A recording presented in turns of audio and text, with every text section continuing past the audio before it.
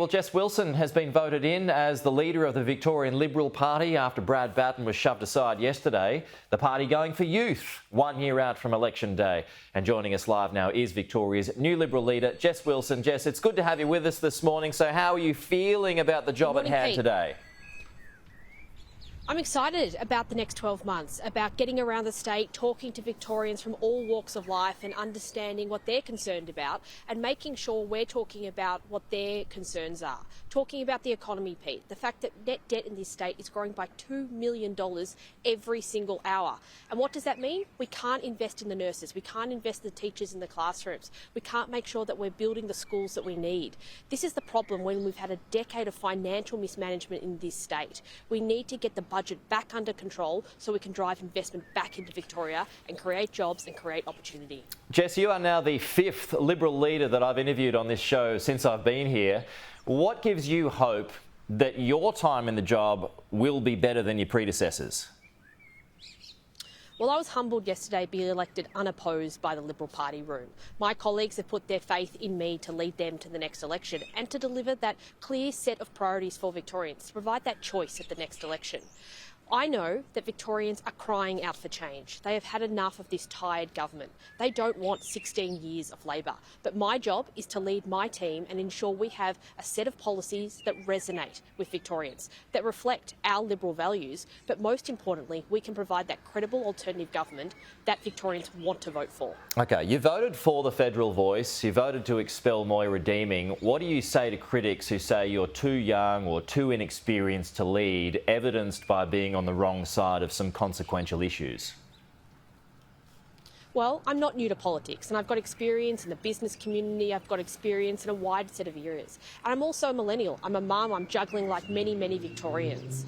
But when it comes to the voice, I've said very clearly, and I spoke about this at length in the Parliament when we debated the legislation, that the treaty is not the right approach, that I do not support treaty. And that is our position, that we will repeal treaty and we will put in place First Nations Victoria, which will be a department that actually delivers outcomes for Indigenous Australians and make sure that we are transparent and accountable on how we put forward policies and programs that will actually close the gap.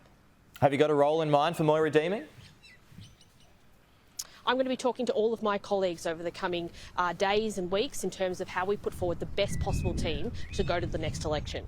It's very, very clear that we have a tired government, a government with its priorities all wrong, and I have a team that is absolutely passionate about this state, and we want to provide that choice to Victorians and be in Victorians' corner every single day in the lead up to the next election. You do have solid economic credentials, and as you point out, debt in Victoria has ballooned. So let's get into some nuts and bolts now. How would you tackle that? What spending cuts would you be eyeing off? Well, we really want to focus on how do we stop the reckless waste in this state. We have a situation where we have seen $50 billion of cost blowouts because the government has failed to manage major projects. We see $600 million spent on cancelling the Commonwealth Games, and more recently, $13 million spent on machete bins that have done nothing to tackle the crime crisis in this state.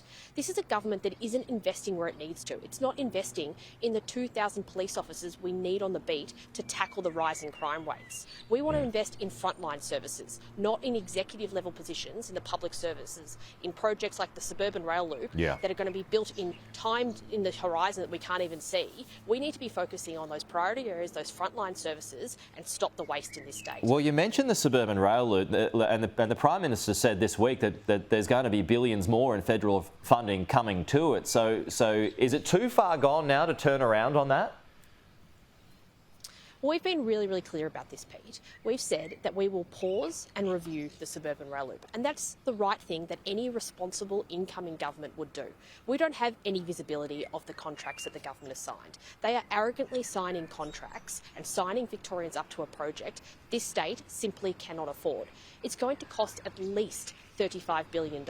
Now, that is unfunded, except for about $2 billion that we know of from the Commonwealth Government. The rest of it has a line item in the budget here in Victoria of TBC. This is going to be funded through more debt, higher taxes, and Victorians simply cannot afford this reckless government going down the path without any visibility of how they're actually going to fund it. Just on your magnificent CBD, what taxes would you be considering changing to keep businesses alive in Well, perhaps not just the central parts of the state, but widespread as well. Well, we've already committed to scrapping the emergency services tax, which is a tax on every household, every business, every commercial property and every farm in this state. It is a hit to every single Victorian because the government cannot manage the books. They are now creating a tax that is going to fund essential services that have been previously funded out of consolidated revenue in the budget. So this is now a situation where the government cannot afford to fund services like 000 through normal budgetary processes and has to raise a tax. We have said we will not stand for that. We will go back to the normal fire services levy and ensure we rein in that waste, stop the waste, so we can fund these essential services while also putting money back into Victorians' pockets. Do you think your federal colleagues have made a mistake by abandoning net zero? We've been very, very clear. We see every single day Victorians struggling under the cost of living when it comes to rising power prices. We know that there's going to be a gas shortfall here in Victoria because the government has not managed the energy transition. We understand the importance of reducing our emissions and making sure that we invest in renewable energy, but we have to make sure that people can afford their power at the same time. And that's why we will be firmly focused on reducing power bills and ensuring that gas plays a big part of the mix as we transition to more renewable energy. Okay, that's Jess Wilson, the new Victorian Liberal leader, joining us live this morning from Melbourne. Thank you, Jess. We'll talk to you soon. Thanks, Pete.